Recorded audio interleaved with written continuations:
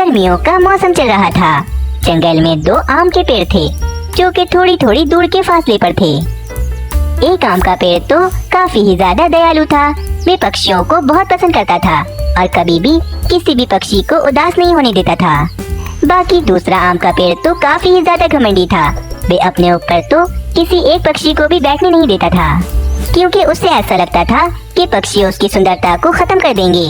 वे तो अपने आम भी पक्षियों को खाने नहीं देता था। और दूसरे वाले आम के पेड़ के ऊपर तो कालू कौवे ने अपना घोंसला भी बनाया हुआ था। मीनू चिड़िया, मैं तो बहुत ही नसीब वाला हूँ जो मैंने अपना घोंसला इस पेड़ के ऊपर बना लिया। इस पेड़ के आम तो बहुत ही मीठे और रसीले होते हैं। हाँ, ये बात तो तुमने एकदम ठीक कही। पता है, कल मुझे बहुत भूख लग रही थी और भोजन है कि मुझे जंगल में कहीं मिल ही नहीं रहा था। फिर पेड़ भाई ने मुझसे कहा कि तुम आकर मेरे मीठे और रसीले आम खा लो। फिर मीठे मीठे आम खाकर मैंने अपना पेट भरा।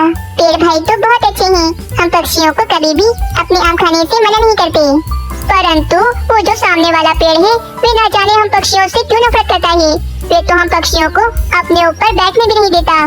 हाँ, वे आम का पेड़ बहुत विशाल है और उस पर काफी ज्यादा मीठे मीठे आम लगते हैं, इसीलिए उसे अपने ऊपर बहुत ज्यादा घमंड है। पक्षियों की सारी बातें एकदम ठीक थी। उस आम के पेड़ को अपनी सुंदरता पर काफी ही ज्यादा घमंड था। हाय रे, आज तो बहुत ज्यादा थक गई। ऐसा लगता है कि ये गर्मी तो मुझे मार ही डालेगी। तभी बुलबुल को वे विशाल आम का पेड़ दिखता है।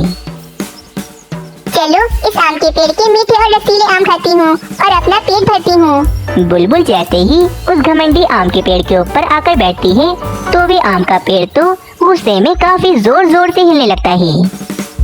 अरे अरे, ये क्या, हवा तो इतनी तेज नहीं चलेगी, फिर ये आम का पेड़ इतनी जोर जोर से क्यों हिल रहा है? मेरे ऊपर बैठने की कोशिश भी ना करना। चली जाओ यहाँ से बुलबुल। क्या हो गया पेड़ भाई, आप मुझे अपने आम खाने क्यों नहीं दे रही? मैंने ऐसा भी क्या कर दिया? अब बुलबुल चली जाओ यहाँ से, मैं अपना एक भी आम नहीं दूंगा। तुम पक्षी सिर्फ और सिर्फ मेरी सुंदरता को खत्म करना चाहते हो। अरे पेड़ भाई, आम तो खाने के लिए होते हैं और मैं तो आम खा कर ही रहूंगी। फिर वे बुलबुल दोबारा से आम के पेड़ के ऊपर बैठती है और वे आम का पेड़ गुस्से में जोर जोर से हिलने लगता है, जिस कारण वे बुलबुल उस पेड़ से नीचे गिर जाती है। अरे पेड़ भाई, ये आपने क्या कर दिया? मुझे नीचे क्यों गिरा दिया? मेरी तो कमर ही टूट गई। ये सब कुछ वे दयालु आम का पेड़ भी देख रहा था और उसे तो बुलबुल पर बहुत तरस आता है। बुलबुल बहन, मेरी बात सुनो, उदास मत हो, आप मेरे पास आ जाओ, मेरे मीठे मीठे आम खा लो आकर। फिर बुलबुल उस दयालु आम के पेड़ के पास आती है और उसके आम खाकर अपनी भूख मिटाती है। बहुत बहुत शुक्रिया आपका पेड़ भाई, आप तो बहुत ज्यादा अच्छे हो। सारे ही पक्षी उस दयालु आम के पेड़ के ही आम खाते थे और वे दयालु आम का पेड़ बस हर समय घमंडी पेड़ को ही समझाता रहता था। अरे पेड़ भाई, ऐसा भी क्या गुस्सा करते हो तुम? तुम्हारे गुस्से की वजह से पक्षियों को ना जाने कितनी तकलीफ होती है, और अगर पक्षी तुम्हारे आम खाएंगे तो कितना अच्छा होगा। बस बस मूर्ख पेड़, मुझे ना समझाओ, तुम तो बहुत ही ज्यादा मूर्ख हो। देखो तो मैं कितना ज्यादा साफ सुथरा हूँ, और जबकि पक्षियों ने तुम पर घोंसला बनाकर तुम्हारी सारी सुंदरता ही खत्म कर दी।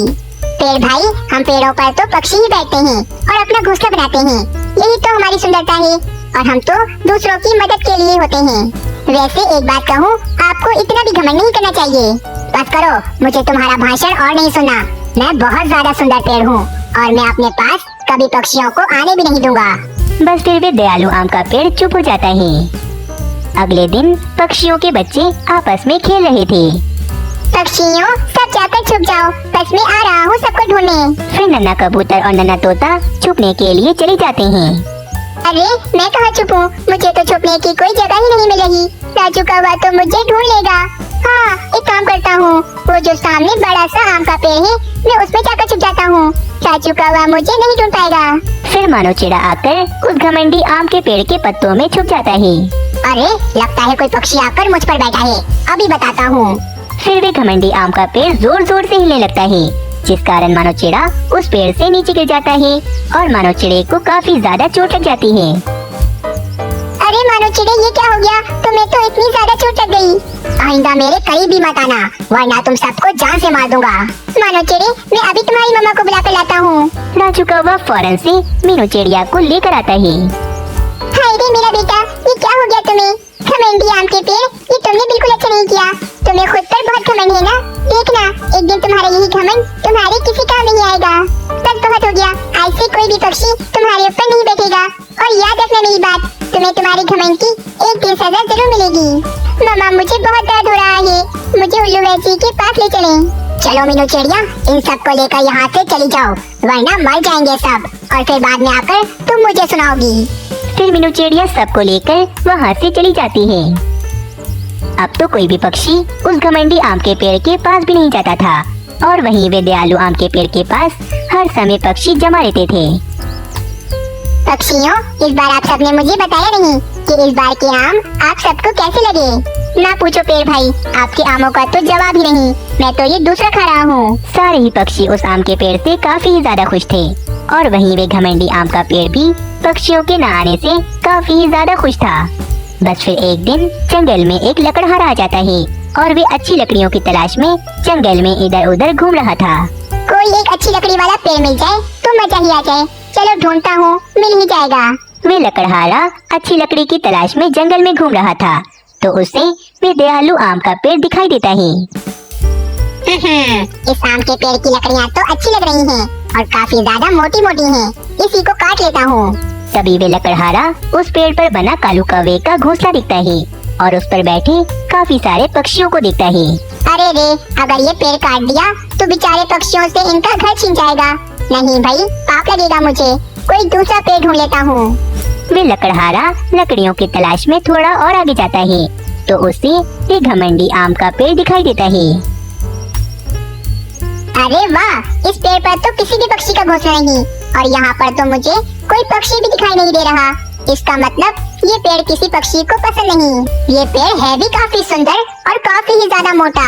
इसी पेड़ को काट लेता हूँ, काफी ज्यादा अच्छा मुनाफा हो जाएगा मेरा। जब वे घमंडी पेड़ ये बात सुनता है, तो वे तो काफी ज्यादा डर जाता है। अरे बाप रे, ये इंसान तो मुझे काट देगा। कोई मुझे बचाओ, कोई मुझे बचाओ, ये मुझे काट देगा। अरे पक्षियों, वो देखो, वे लकड़हारा उस घमंडी आम के पेड़ को काटने जा रहा है। बहुत अच्छा हो रहा है उस घमंडी पेड़ के साथ। देखो तो अब हमें कैसे आवाज देकर बुला रहा है। हाँ पक्षियों, अगर वे घमंडी पेड़ हम पक्षियों को अपने ऊपर घोंसला बनाने देता तो आज वे लकड़हारा उसे ना काटता, लेकिन शायद उसे उसकी घमंड की सजा इसी तरह मिली थी। फिर वे लकड़हारा उस घमंडी आम के पेड़ की लकड़ियाँ काटकर अपने साथ ले जाता है। इस तरह उस घमंडी आम के पेड़ को अपने घमंड की सजा मिल जाती है। अगले दिन सोनू चिड़िया भी अपने जंगल में वापस आ जाता है, और मीनू चिड़िया सोनू चिड़िया को सारी बात बताने लगती है। सोनू चिड़ी, उस कालू कौवे की वजह से हमारे बच्चे मर गए, और तो और हमारा घर भी टूट गया है। न जाने अब हम कहाँ रहेंगे। मीनू चिड़िया, तुम परेशान मत हो, हम कोई अच्छा सा पेड़ ढूंढकर उस पर घोंसला बना लेते हैं। अगले दिन मीनू चिड़िया और सोनू चिड़िया मिलकर एक पेड़ पर घोंसला बना लेते हैं। मीनू चिड़िया, तुम अपना ख्याल रखना, मैं काम पर जा रहा हूँ, शाम तक वापस आ जाऊँगा। ये कहकर सोनू चिड़िया अपने काम पर चला जाता है। बस तभी वहाँ पर कालू कौवा आ जाता है, और वे मीनू चिड़िया से कहता है, मीनू चिड़िया, तुमने इस पेड़ पर घोंसला बना लिया, लेकिन चलो कोई बात नहीं, देखना दोबारा से बारिशें आएंगी और तुम्हारा ये कमजोर घोंसला भी तोड़ फोड़ देंगी। बस कालू कौवे, बस जो होगा देखा जाएगा। अब तुम जाओ यहाँ से, और दोबारा कभी भी मेरे घोंसले में मत आना। हाँ हाँ, जा रहा हूँ, मुझे भी कोई शौक नहीं है तुम्हारे इस बेकार से घोंसले में आने का। बस ये कहकर कालू कौवा वहाँ से चला जाता है। वहीं दूसरी तरफ कालू कौवे का बेटा राजू कौवा खेलते खेलते जंगल से बाहर आ जाता है, और उसे ये तो पता ही नहीं होता कि ये इलाका चीलों का है। बस तभी ही एक चील राजू कौवे को देख लेती है। अरे वाह वाह, इतने दिनों के बाद कोई शिकार तो दिखा। चलो चलो जल्दी से जाकर इस छोटे से कौवे को मार कर खा जाती हूँ। ये कहकर वे चील राजू कौवे को पकड़ने चली जाती है। थोड़ी देर के बाद वे चील किसी तरह राजू कौवे को पकड़ लेती है, और राजू कौवे को उसी समय मारकर खाने लगती है। काफी रात हो जाती है। राजू कौवा अभी तक अपने घर में वापस नहीं आया होता, जिस कारण रानी कौवी और कालू कौवा तो काफी ज्यादा परेशान होते हैं। कालू जी, कितनी रात हो गई है, लेकिन अभी तक मेरा बेटा वापस नहीं आया घर। आप जाइए ना, जाकर उसे ढूंढे जंगल में। रानी, मैंने राजू कौवे को जंगल में कहाँ कहाँ नहीं ढूंढा, लेकिन राजू कौवा है कि मुझे कहीं मिल ही नहीं रहा। ना जाने मेरा बेटा कहाँ चला गया। आप कुछ भी करें कालू जी, मुझे कहीं से भी मेरा बेटा ढूंढ कर लाके दें। आप जाइए, जाकर ढूंढे उसे। मुझे तो लगता है ये सब कुछ उस मीनू चिड़िया ने किया है, क्योंकि मेरी वजह से उसके बच्चे मर गए थे ना, जिस कारण मीनू चिड़िया अब मुझसे बदला ले रही है और मेरे राजू कौवे को उसने कहीं छुपा दिया है। तो कालू जी चलें, हम चलकर मीनू चिड़िया से ही पूछते हैं कि आखिर उसने हमारे राजू कौवे को कहाँ छुपाया है। फिर रानी कौवी और कालू कौवा फौरन मीनू चिड़िया के पास जाते हैं। कालू कौवे, मेरा यकीन करो, मैंने तुम्हारे राजू कौवे के साथ कुछ नहीं किया। मुझे तो पता ही नहीं है कि राजू कौवा कहाँ है। तुम झूठ कह रही हो मीनू चिड़िया, मैं जानता हूँ कि तुम मुझसे बदला लेने के चक्कर में मेरे राजू कौवे के साथ बहुत बुरा कर रही हो। देखो कालू कौवे, एक बार तुम्हें कह दिया ना कि मीनू चिड़िया ने राजू कौवे को कहीं नहीं छुपाया, तो इसका मतलब कहीं नहीं छुपाया। चलो चलो अब यहाँ से चले जाओ, हमारी नींद मत खराब करो तुम दोनों। फिर कालू कौवा और रानी कौवी गुस्सा होकर वहाँ से चले जाते हैं। अब तो काफी दिन गुजर जाते हैं। मीनू चिड़िया ने एक अंडा दिया होता है और वे काफी ज्यादा खुश थी, और वहीं दूसरी तरफ रानी कौवी ने भी एक अंडा दिया था, जिस कारण कालू कौवा और रानी कौवी भी काफी ज्यादा खुश थे। पता है कालू जी, मीनू चिड़िया ने भी एक अंडा दिया है, जिस कारण मीनू चिड़िया बहुत ज्यादा खुश है। लेकिन मैं तो मीनू चिड़िया को कभी माफ नहीं करूंगी, क्योंकि उसने मेरे राजू कौवे के साथ बहुत बुरा किया है। माफ तो मैं भी नहीं करूंगा उसे। बस एक बार उसके अंडे में से नन्ही सी चिड़िया निकल जाए, फिर देखो मैं उसकी नन्ही सी चिड़िया के साथ क्या करता हूँ। बस यूं ही कुछ दिन और बीत जाते हैं। मीनू चिड़िया के अंडे में से एक नन्ही सी प्यारी सी चिड़िया निकलती है, जिस कारण मीनू चिड़िया और सोनू चिड़ा बहुत ज्यादा खुश हो जाते हैं। दूसरी तरफ रानी कौवी के अंडे में से भी एक नन्ही सी कौवी निकलती है, जिस कारण कालू कौवा और रानी कौवी काफी ज्यादा खुश थे। रानी, मैं इस नन्ही सी कौवी को देखकर आज बहुत ज्यादा खुश हूँ, लेकिन मुझे उस मीनू चिड़िया पर अभी बहुत ज्यादा गुस्सा आ रहा है, क्योंकि उसके अंडे में से भी एक नन्ही सी चिड़िया निकली है। मुझे उस नन्ही सी चिड़िया को किसी भी तरह से मारकर अपने राजू कौवे का बदला लेना ही होगा उस मीनू चिड़िया से। पर रानी, मैं ऐसा क्या करूं जिससे मैं मीनू चिड़िया से अपना बदला ले सकूं? वैसे मेरे पास एक बहुत बढ़िया उपाय है कालू जी, आप मेरी बात गौर से सुने। वो जो पहाड़ी इलाकों में बाजू चील रहती है, आप उसके पास जाएं और उसे सब बताएं कि मीनू चिड़िया के अंडे में से एक नन्ही सी चिड़िया निकली है। फिर देखना आप कि बाजू चील किसी भी तरह उस नन्ही सी चिड़िया का शिकार तो करके ही रहेगी। हाँ रानी, तुम ठीक कह रही हो, मैं अभी जाकर बाजू चील को सब बता देता हूँ। ये कहकर कालू कौवा बाजू चील के पास चला जाता है। खैरियत तो है ना कौवी, आज तुम मेरे इलाके में क्यों आई हो? देखो बाजू चील, मैं यहाँ तुम्हारे ही फायदे के लिए आया हूँ, इसीलिए कहीं तुम मेरा ही शिकार नहीं कर देना। मेरा फायदा? बताओ बताओ, तुम मेरे कौन से फायदे की बात करने आए हो यहाँ पर? बाजू चील, हमारे जंगल में जो मीनू चिड़िया रहती है, उसके अंडे में से अभी एक नन्ही सी चिड़िया निकली है। मैं चाहता हूँ कि आप मेरे साथ जंगल में चलें और उस नन्ही सी चिड़िया का शिकार कर लें। नन्ही सी चिड़िया? अरे वाह, कितने दिन हो गए मुझे किसी नन्ही सी चिड़िया का मांस खाए हुए। आज तो मैं जाऊंगी और उस नन्ही सी चिड़िया का शिकार करके ही रहूंगी। तो फिर देर किस बात की बाजू चील, चलो मेरे साथ, मैं तुम्हें अभी नन्ही चिड़िया के पास लेके जाता हूँ। ये सारी बातें सोनू चिड़ा भी सुन रहा होता है और वे फौरन ही अपने घोंसले की तरफ जाता है। मीनू चिड़िया यहाँ से जल्दी भागो, पता है यहाँ पर कालू कौवा बाजू चील को लेकर आ रहा है और वे बाजू चील हमारी नन्ही सी चिड़िया को मारकर खा जाएगी। अरे बाप रे बाप, तो फिर जल्दी चलें यहाँ से। फिर मीनू चिड़िया और सोनू चिड़ा फौरन अपनी नन्ही सी चिड़िया को लेकर जंगल से दूर चले जाते हैं।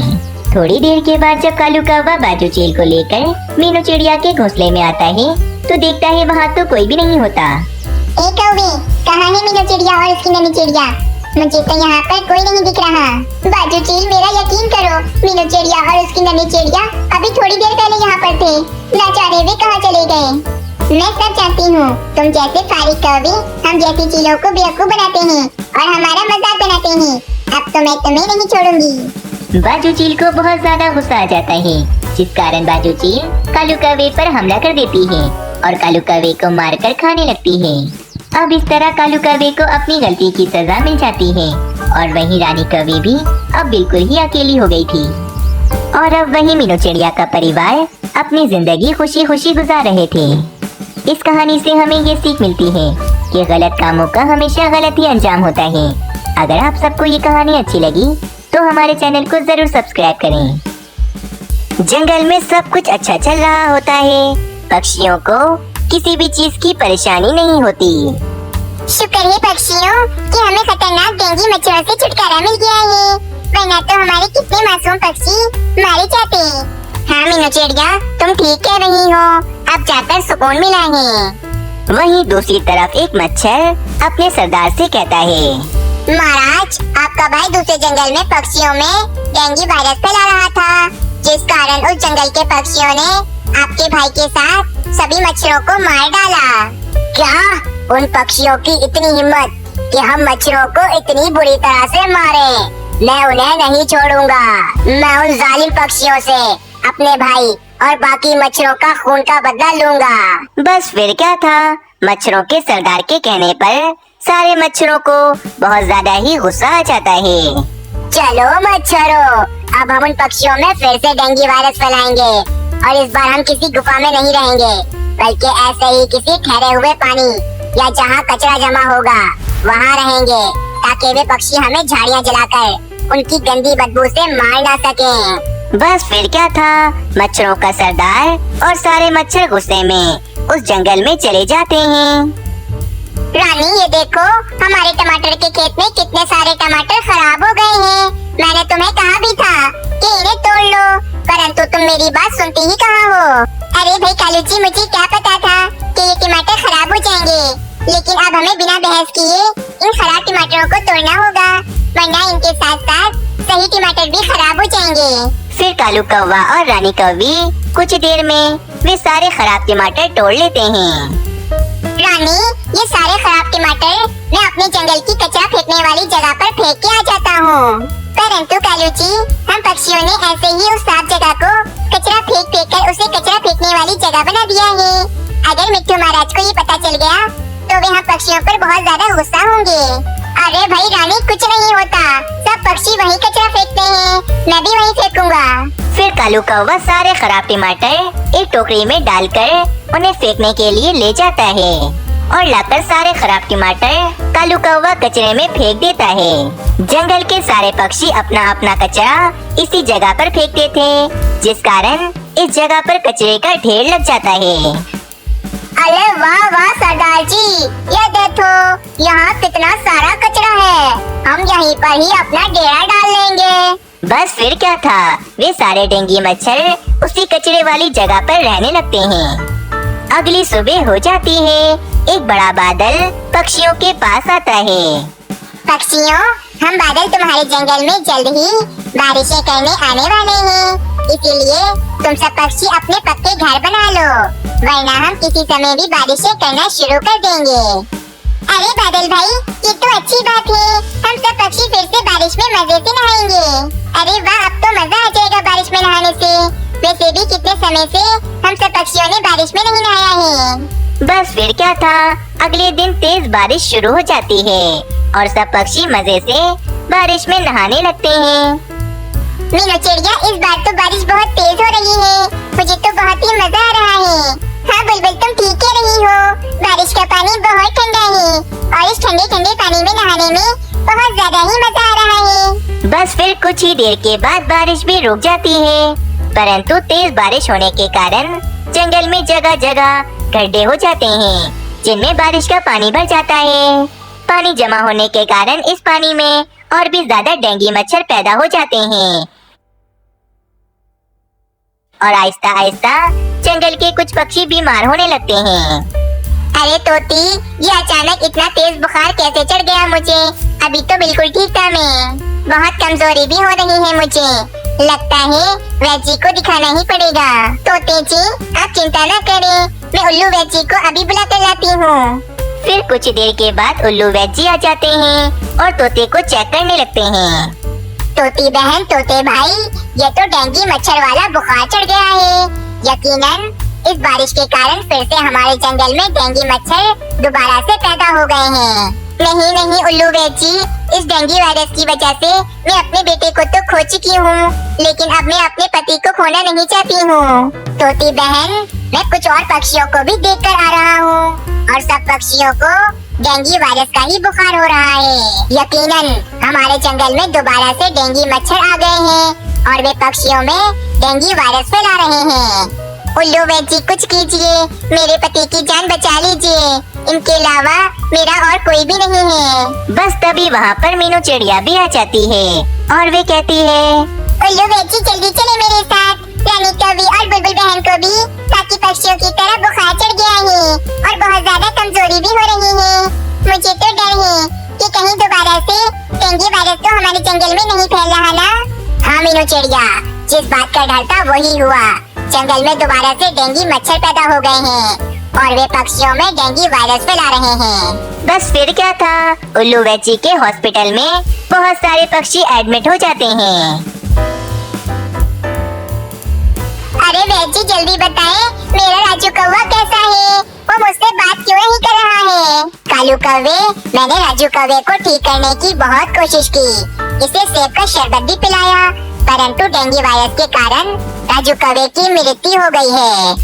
क्या मेरा राजू कौवा इतनी जल्दी कैसे मर सकता है? और तो और उसकी माँ भी तो बीमार है। रानी कौवी कब ठीक होगी? देखो कालू कौवे, मैं कुछ नहीं कह सकता हूँ। रानी कौवी का अभी इलाज चल रहा है। बस बहुत हो गया, उन डेंगू मच्छरों को सबक सिखाना ही पड़ेगा। चलो एक बार फिर से उन डेंगू मच्छरों के पास जाकर उनसे बात करते हैं। लेकिन मीनू चिड़िया, हमें तो पता ही नहीं है कि डेंगू मच्छर इस समय कहाँ पर रहते हैं। चलो कालू कौवे तुम मेरे साथ, मुझे पता है कि डेंगू मच्छर कहाँ पर रह रहे हैं। फिर कालू कौवा और मीनू चिड़िया डेंगू मच्छरों के पास चले जाते हैं। सरदार जी बस, अब आप अपने मच्छरों को हम पक्षियों को काटने से मना कर दें, वरना अच्छा नहीं होगा। अरे अरे मीनू चिड़िया, अब तुम मुझे धमकी दोगी।